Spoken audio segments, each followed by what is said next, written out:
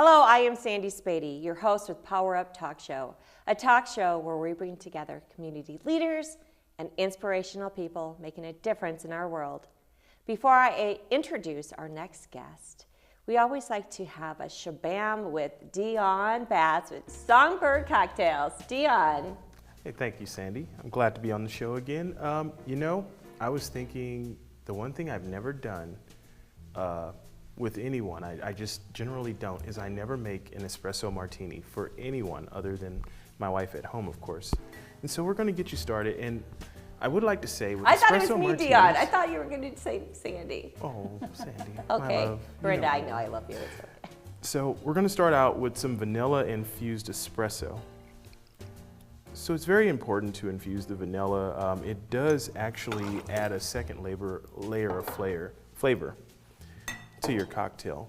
Our second ingredient is going to be a little bit of simple syrup. Now I try not to go too heavy on the simple syrup and just make it light, just enough to make a balance between, as I always say, sweet and anything that's going to be considered tart or spicy. Now our next ingredient is going to be Costa Tequila Cafe. So this is it's an agave cafe liqueur, for lack of a better term. So basically a coffee liqueur that's made from agave and not neutral grain spirits. And this guy we're going to put about an ounce in. So this is another form of sweetener, which is why we really want to go light on the simple. It's also got a little bit of caffeine in it. And our last ingredient, of course, is going to be my hero Brickway vodka, made right here in Omaha by Zach Trimmel.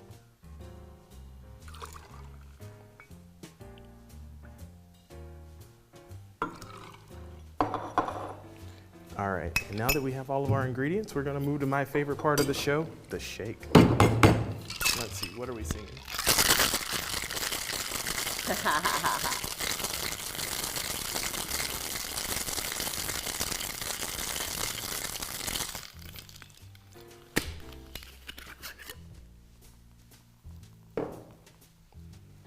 So now that we've got that shaken, we're gonna go ahead and strain this. Now it's gonna be important to strain this cocktail. As you can see, it's nice and light and foamy. Almost looks like it has cream in it, but it doesn't.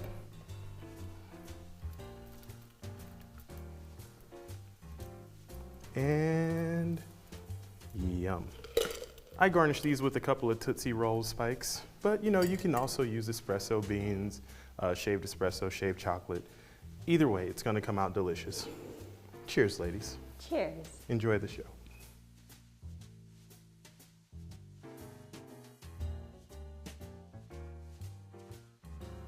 Alrighty, let's toast. Wow, my favorite. Shanna Snazy, this is your toast. Yes, my good friend.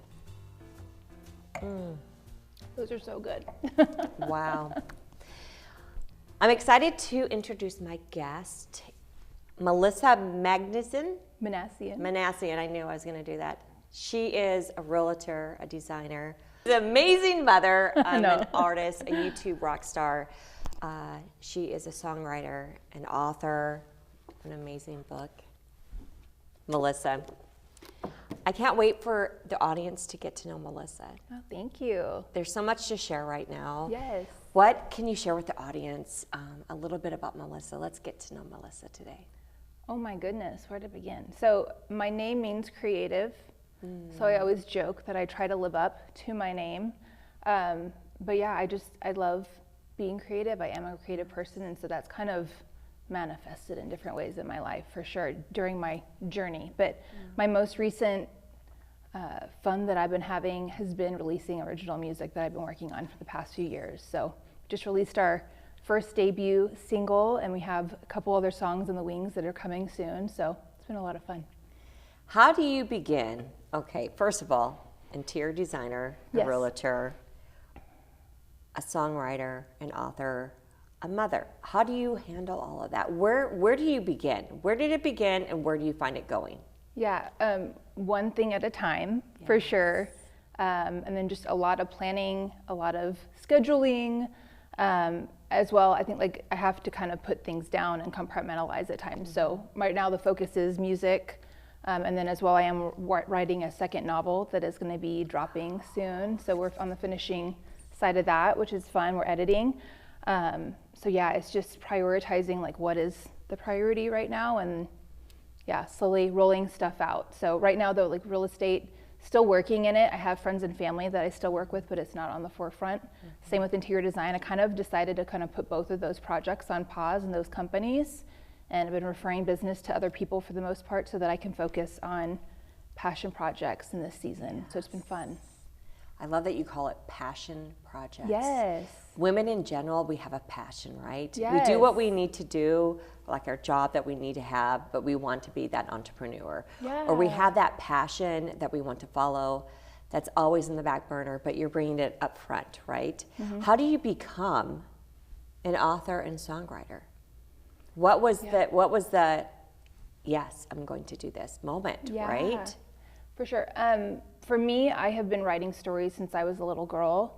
And even as a speaker, it's something I speak a lot about, that usually your innate talents, your calling, your purpose is usually things that you were really good at and enjoyed as a kid even. So it's like, start there if you don't know where your direction is. For me, I was always writing stories. I was creating worlds. I was drawing things out. So it's kind of fun how that's kind of followed me into adulthood. So, and then as well, even in high school, I loved telling people stories. So I worked at the newspaper through high school and ended up getting into journalism as a profession through that and studying that in college. So my entire journey has kind of led me to this place now where we're writing novels and we're creating worlds and world building and all the fun of writing fantasy. Let's talk about The Fly, your book, right? Tell us, when did it begin? Yeah. Maybe a little, a little snippet of it. That it's a good sized volume. Yeah. Yes. Yeah. So we had to cut quite a bit. That was something with my publisher. They're like, cut back. So I'm very long-winded. So with that one, I actually had a really vivid dream, and that is how it began. And then I kind of I wrote it out because it was so vivid. It was very different than my other dreams, but it stuck with me. And then I started kind of finding there's a lot of other authors out there that is how their story began. That's kind of what gave them the courage to start writing. And so once I started realizing, like, this is my story, this is my first novel. I always knew I wanted to write a novel, but like, when's the right time, right? You got to just take that leap. Yes. So started writing it out. So then Fly, A Portal Chronicles was born, and there's about 5 in that series of the Portal Chronicles. And this one is kind of just an introductory. It's kind of laying out the world and kind of setting the stage for the rest, but it mainly centers around a young adult girl who can see angels and demons, and she starts, kind of navigating this new world that she's discovering. And what age is this girl that she's discovering this? 17 in the book. 17. Yeah, so we wanted to kind of create some bandwidth so we can grow with her over the next 5 books. So yeah. I feel like this is going to be a Netflix series. I've been told we're putting it out there. People can imagine it. This is so that's just fun. Amazing. Yeah. And did you self-publish, or did you use a publisher, or share with the audience? Because so many women I where to begin? Inspire, right, to write a book. Yeah. So I did the traditional. I mean, this was over 10 years ago now. So this process has changed dramatically even in those 10 years. At the time, you queried different publishers or agents even. It depended on the situation, but goal was to get an agent to help you get in with a publisher to publish. And I got nowhere with that. I sent out several queries and researched agents, did all the legwork, and was really discouraged when that didn't happen. And so I kind of laid the project down for a while. And then I finally, about that time, Amazon started coming out with their wholesale publishing platform, and it started really changing the game. And so I decided, you know what, I'm gonna just publish myself as an ebook. And we won't worry about printing it, we won't worry about layout, all of that. But then I had the obstacle of, you have to learn HTML. And so what is that? I know. It's so like I'm computer coding, and it pretty much is like another language that you're learning how to like write in. It was bizarre. So, but I had enough IT friends. I got so blessed that I looked into hiring someone. That was crazy expensive, and so I was like, okay, I'm gonna do it myself. I'm gonna figure this out. And I mean, I think that's a lot of being an entrepreneur, right? Like, you get an obstacle and you're like, okay, how can I problem solve? So learned enough HTML to write my book out in it, which was a crazy experience, but actually a lot of fun. It ended up being a fun riddle to figure out. but published online through Amazon as an ebook, and then that ended up getting onto the bestseller list. It blew up. So I remember, right here, girl. I remember my first day That's awesome. when we published, it immediately just started taking off, and one of those moments where you're refreshing and refreshing, and you're like, oh my God, like thousands of people are reading what I wrote right now. It was so bizarre. But through that, ended up getting a publisher because they saw it on the list, they read it, they loved it, and then I got published as an actual book. So, wow. And how many years ago was that? This one came out in 2015. Wow. So, and like even the editing, all that was like a good year or two. So it's been a minute. Yeah. A book is a journey. It is so a journey. Which Did it twice. You know that as well. I know that journey. Yes. And there's always still another journey, right, with a book. I think everyone has a book. Everyone has a story. For sure. And is this anything, is this a fiction? This is fiction, yes. Yeah. Yep, young adult fiction. Beautiful. Yeah. So you're going to have different series to this? Yeah, so this is a young adult series. It's going to follow the main characters, Sophie and Everett, and there's a love story component. It's fun. And then I also have kind of a spin-off. It didn't intend to be. It was kind of more my story in a nutshell and just other women. But I have another book coming out, hopefully by the end of this year, called Untethered, a not-so-fairy tale.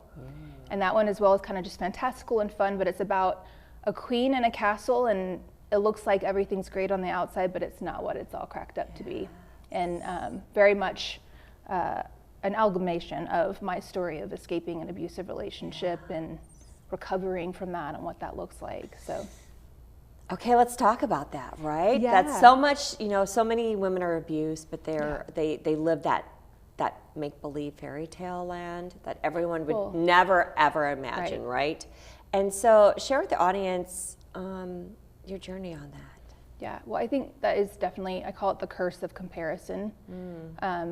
The whole Facebook, social media world, right? We all have our highlight reel.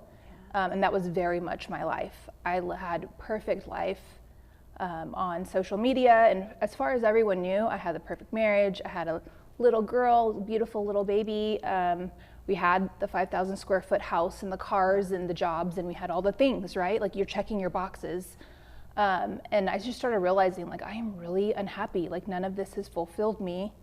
And then ended up realizing, started therapy. And then through that started realizing how toxic the relationship I was in was, and just started the process of mainly just unbecoming things that I wasn't, and undoing lies that I had accepted over myself. But through that, it stopped the control that the person I was in a relationship had over me. And so then that began to unravel. And then as well, like truth started coming out about other stuff, and it all just slowly crumbled, like this whole facade of this castle and this, So many women live through that. So many women, and they're untouchable, right? Right. Because it is a make-believe world. We want everyone to know, because if you had to show your pain of that, no one would believe it. It's heavy. No one would believe the things that so many abused women live through. Right. And it's bringing that out in the open and sharing that, like you're sharing. Yeah. That's going to help those other women. Right. Because when you're in it, right? I'm guessing when you're in it, that it's just so. It's so foggy, and you're just trying to survive that you can't layered, see, it's convoluted, right? There's trauma. Until you get freedom through counseling, and you get freedom to like kind of look at the snow globe, right? It's like a snow globe is like shaking, and it's just like so much craziness. But when you stop the snow globe and it stops, and you can kind of look from the outer part of that, different perspective, and you see it. I'm really proud of you. Thank you. You're welcome. It's been a long journey, but thank you. Yes. How do you want to reach women that are going through that? That's always the tough part, right? So that has been the beauty of both writing my second novel, Untethered, and then as well writing this album that I'm slowly releasing now. The album is called Recover. It very much is my journey of recovery through everything I've been through. There's 5 songs on the album. Each one represents a stage of grief. So from being in denial to finally like coming to terms, and to the end of it where you're accepting what happened and moving forward with hope. And so I love that the work I'm doing now has kind of created this community online with social media. and even with speaking engagements and performances, where we can start talking about mental health. We can start talking about toxic relationships, and it may not even be abusive in the way that you think of abuse, but just dysfunction in relationships, and just kind of breaking away the silence, the isolation, like you're talking about, that so many women and men even live in.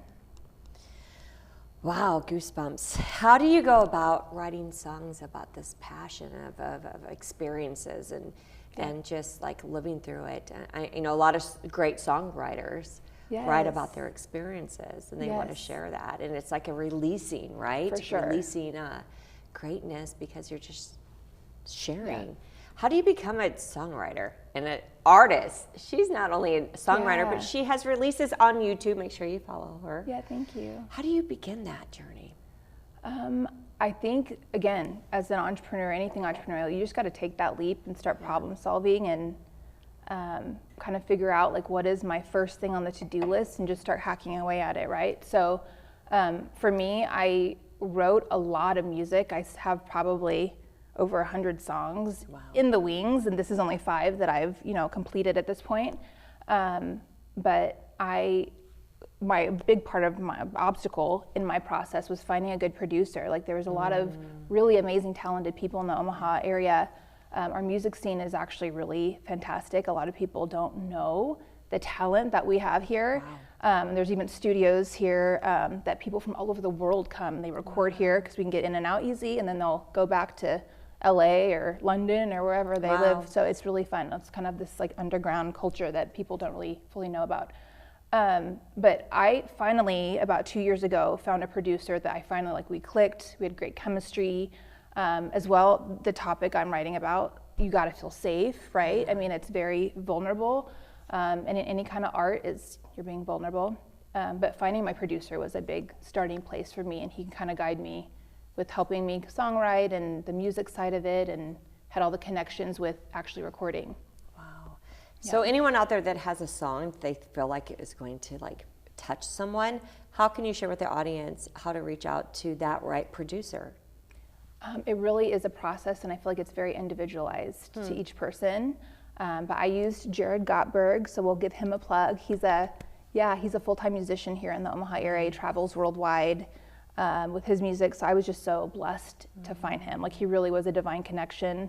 And then as well, through the process of writing, it really was just a God thing. Like, he was going through a breakup. I was really healing and excavating, all of this trauma that I had been through. So it really was we became best friends through it. He's one of my buddies now that, we healed together through the process. So it was fun. That's really beautiful. It really is. To be It was such a gift. to pick someone on the same journey as healing and a new start and a new rebirth. Yeah. And then being able to take that and put it into an artistic song. That's beautiful. Yeah, it was very cathartic. It was like therapy for sure. Yeah. How do people reach you for YouTube for this? Yeah, on YouTube, my handle is Melissa Minassian, my name.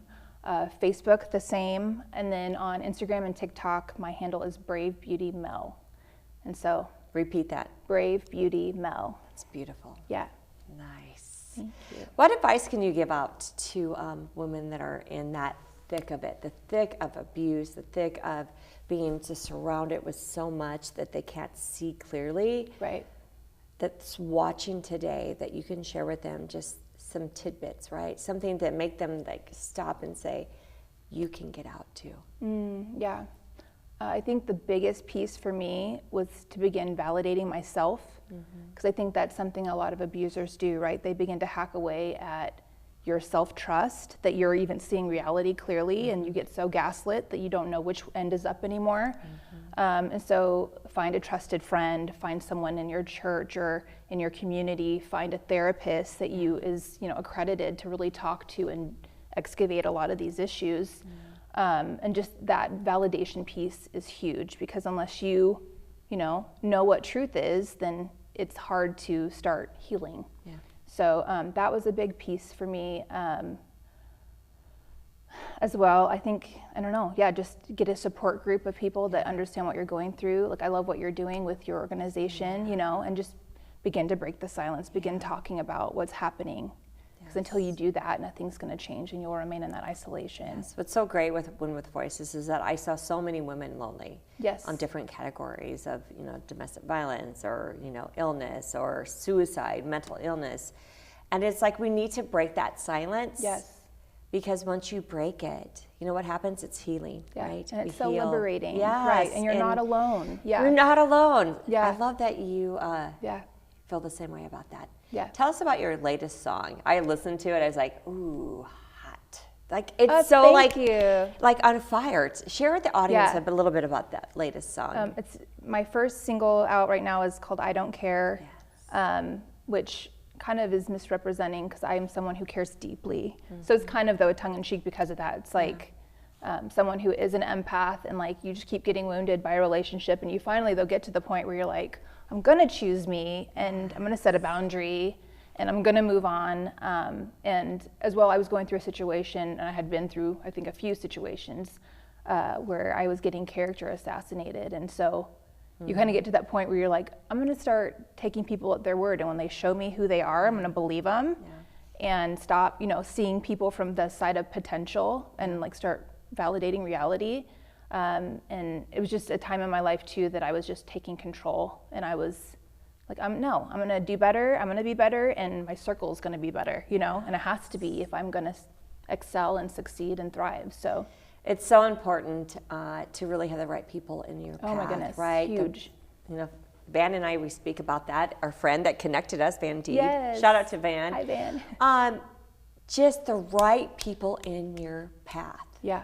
That your fill your is brain, everything. that you read, that you listen to. It's so important. And people say, I don't get it. It's so important because you're giving a portion of your mind, your thoughts, and your energy to people that deserve it. And you got to let go of the people that aren't deserving it. Right. And then you're free to see the truth. Yes. That's what's so beautiful. Yeah. Well, and I think I've learned that relationships expire. Ooh. So there even could be a relationship that was great in the past, but not everyone goes with you on your journey, unfortunately. And it's hard. That's a hard lesson. But yeah, there's different people I feel like that God puts in our path for the season and the journey that you're in. So. Yes, I see that you're very faithful. I'm very faithful, right? Where would we be without God? Yeah, We'd be lost, right? Yeah. How do you help and reach out to women? I'm sure they reach out to you, right, on social media? Yeah. Where do you see this going? Do you see like a support group? Do you see, you're touching people through words with a book, through your songs, which everyone has that song that's like, oh, I feel it. Yeah. What do you see the future for you, Melissa? Yeah, I think in the next 5 years, I definitely will be launching a nonprofit. Yeah. And there is kind of all ready to go and waiting in the wings. I just haven't had the right time. It hasn't been that time yet. But definitely see that in the future, and I think that'll be all-encompassing with everything I've been doing and the direction I'm headed. But definitely just more music, more performances, writing more books.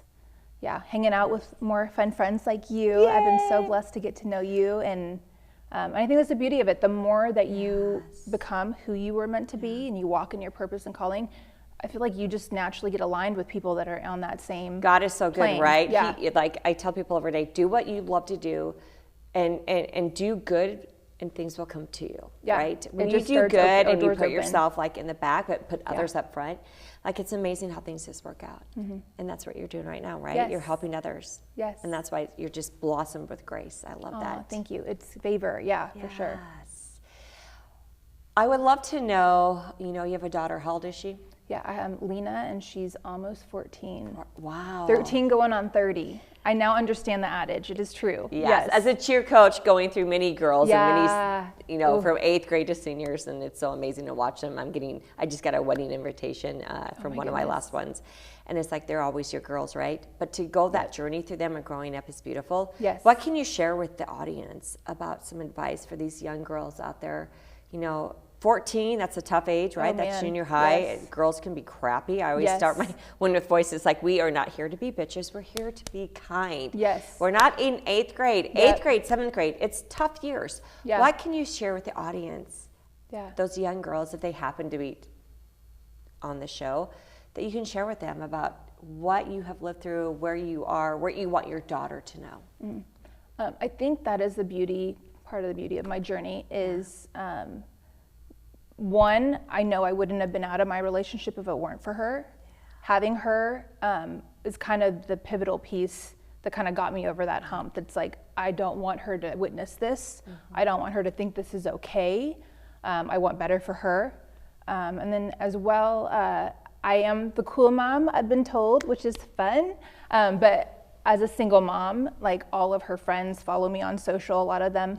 And I do get a lot of questions from them, and they all watch my content. So I love that the message of self-empowerment, of, you know, giving a hand up to other women, being supportive and loving of other women, all of that. I know they're getting that. And as well, I do get texts and questions sometimes, and even for my little girl, like dating advice, because she's just kind of starting to get into the crush phase of, I like this guy, but he kind of treated me crappily, and it's like, nope, next. If nope, we could touch every junior high girl out there and just show them how much they are worthy and how much they are loved. Yes. And to just filter those young, amazing women.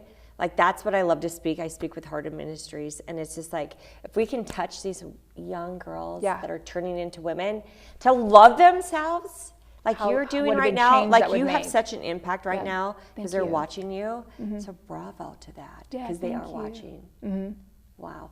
We have just a few minutes left. Like, what can you share? Actually, seconds. What can you share? How can people reach out to you?